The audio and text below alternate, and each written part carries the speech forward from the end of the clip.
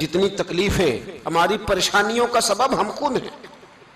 بہت ساری جگہوں پہ ہم غلطی کرتے ہیں، اس کی ہمیں سزا ملتی، غلطی کی سزا۔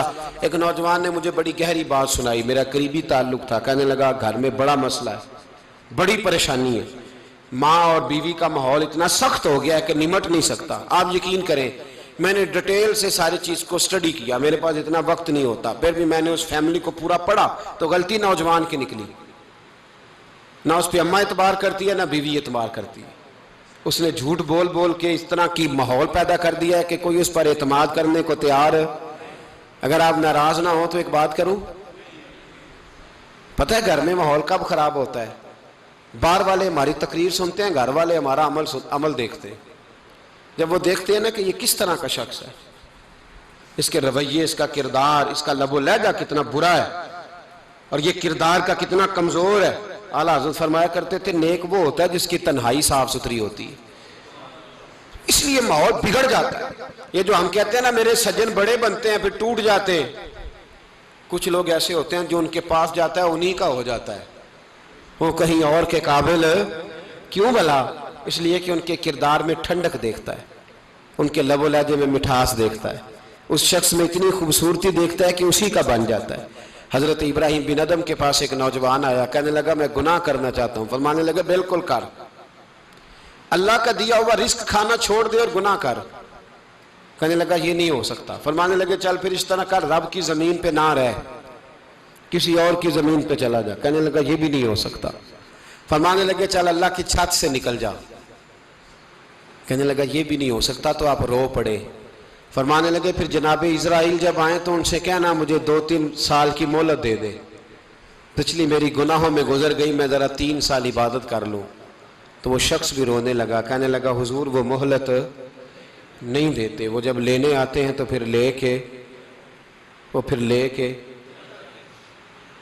اللہ تعالیٰ نے جب انسان بنانا چاہا نا تو جناب جبریل کو کہا مٹی لے کے آ زمین سے۔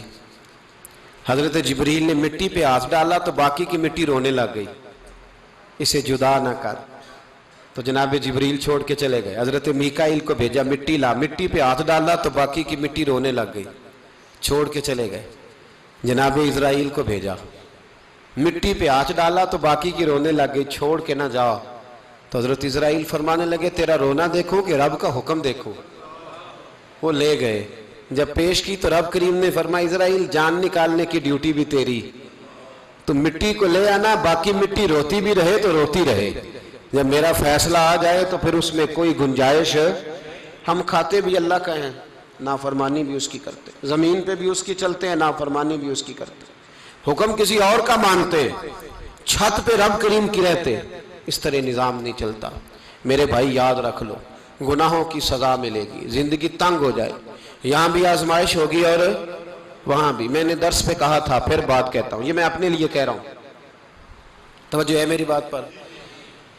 دعا فرمایا کرے کہ جو کچھ ہم نظر آتے ہیں اللہ ہمیں ویسا بننے کی توفیق بھی عطا فرما۔ اللہ ویسا بننے کی، یہ مشکل معاملہ ہے، مشکل۔ دیکھیں نا ایک آدمی سیاستدان ہے، اس نے بڑے اچھے نعرے لگائے، انقلاب آ جائے گا، میں غریب کا بھلا کر دوں گا، میں یتیموں کے سر پہ ہاتھ رکھوں گا، میں مجبوروں کی مدد کروں گا، میں دکھیوں کی مدد کروں گا، مزدوروں کو۔ اس نے اچھے اچھے نعرے سکھائے، اچھا اس نے پیغام دیا، اندر اس کے یہ تھا کہ اقتدار ملے گا تو مرضی کروں گا۔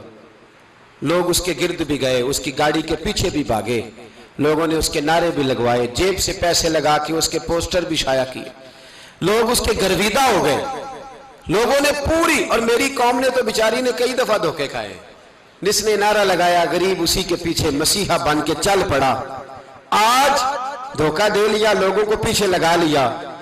یہ بتاؤ اگر راز کھل جائے، اگر راز کھل جائے کہ یہ دھوکہ دے رہا ہے، یہ فریب کر رہا ہے، تو لوگ اس کا کیا حال کریں گے؟ یہ راز قیامت میں کھل جائے گا، قیامت میں یہ راز یہ کھل جائے گا، یہ دھوکے باز تھا۔ اذا زلزلت الارض